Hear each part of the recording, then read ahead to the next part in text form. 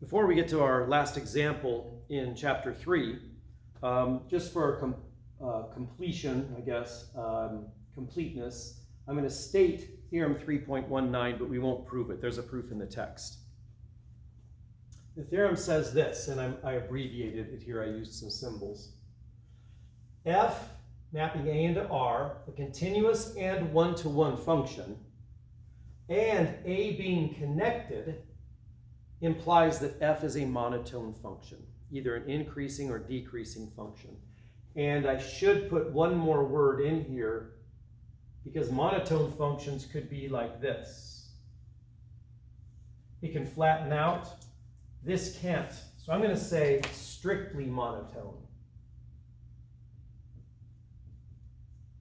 So that means it's either strictly increasing as you go from left to right, or strictly decreasing.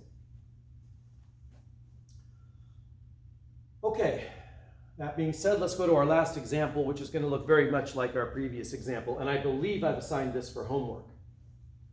Let's suppose we have an equation that looks like this. X times e to the x is equal to 1.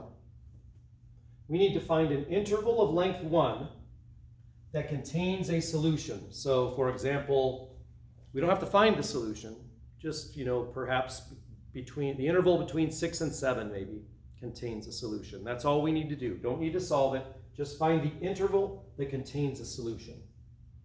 Well, similar to last time, let's let f of x equal, let's get all this on one side, x e to the x minus 1. And we're going to end up setting that equal to 0, and we'll use one of the Bolzono's theorems. So, what do we know about this? Well, let's try something, and this is kind of guessing in a sense, but we need to have this be positive and we need to have it be negative. So one simple thing we could try is just make x equal to 0.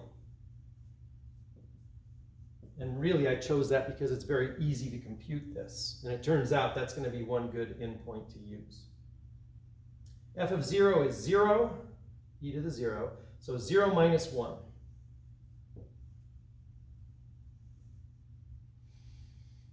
All right, so I can either go to 1 or I can go to negative 1, and let's try 1 and see what happens. That would be 1 times e to the 1 minus 1. That's e minus 1, which is about... E is around 2.7.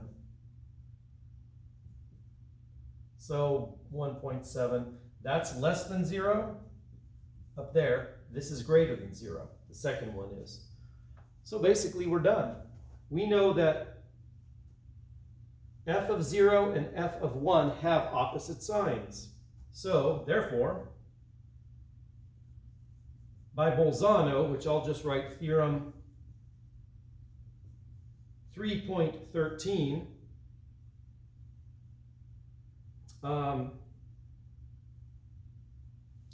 f of c, which is equal to, well, f of c would be 0, for some c in between 0 and 1. So I'll put c somewhere in the open interval from 0 to 1. That's by Bolzono's theorem. And f of c equaling 0 implies, what is f of c? C e to the c minus 1. C e to the c minus 1 is equal to 0. And we'll add 1 to both sides to get c e to the c equals 1. And that's what we were looking for. We found the value c that is a solution to this. And that's, well, it's not a proof, so I'll just say that's the solution to the problem.